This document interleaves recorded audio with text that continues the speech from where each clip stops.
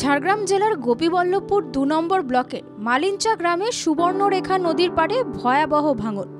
নদী পার ধসে ক্রমশই গ্রামের দিকে।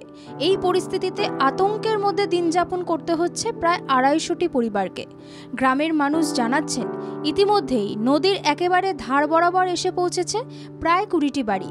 যে কোনো মুহূর্তেই নদীগর্ভে তলিয়ে যেতে পারে সেই সব বাড়িগুলি।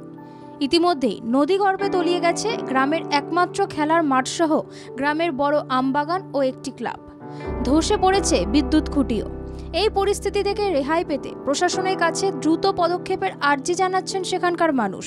অবিলম্বে নদীর পাড়ে স্থায়ী বাঁধ নির্মাণ করতে হবে বলে তারা জানাচ্ছেন, কারণ প্রশাসনের দ্রুত হস্তক্ষেপ ছাড়া গ্রামের মানুষদের ভবিষ্যৎ অনিশ্চয়তার।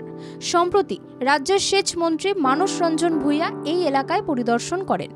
দ্রুত এই ভাঙন রোধের প্রতিশ্রুতি দিয়েছেন তিনি। আতঙ্কিত বর্তমান ছাতনা মালিঞ্চা যেভাবে আতঙ্কিত আছে যে পাড় ভাঙার সম্ভাবনা বেশি। পাড় ভাঙা মানে গ্রামে ঢুকবেই, গ্রামে ঢুকলে ক্ষতিটা ব্যাপক। তাও গত বছর থেকে যেভাবে ক্ষতি হয়েছে, আমবাগান ছিল, আমবাগান একদম জলে, মানে আর যে পিএলসি ঘর আছে সেও প্রায় যাওয়ার পথে, আর রাস্তার পাড় বরাবর প্রায় উঠছে। তাই ছাতনা মালিঞ্চা দুটো গ্রাম একদম আতঙ্কিত সবসময়। এখন মন্ত্রীর প্রতিশ্রুতির ওপর ভরসা করেই আশায় দিন গুনছেন বাসিন্দারা। তবে অন্যদিকে ডিভিসি জল ছাড়ায় আরও তীব্র হচ্ছে তাদের আতঙ্ক। নদীর জল যত বাড়ছে ততই তীব্র হচ্ছে নদীর পাড় ভাঙন।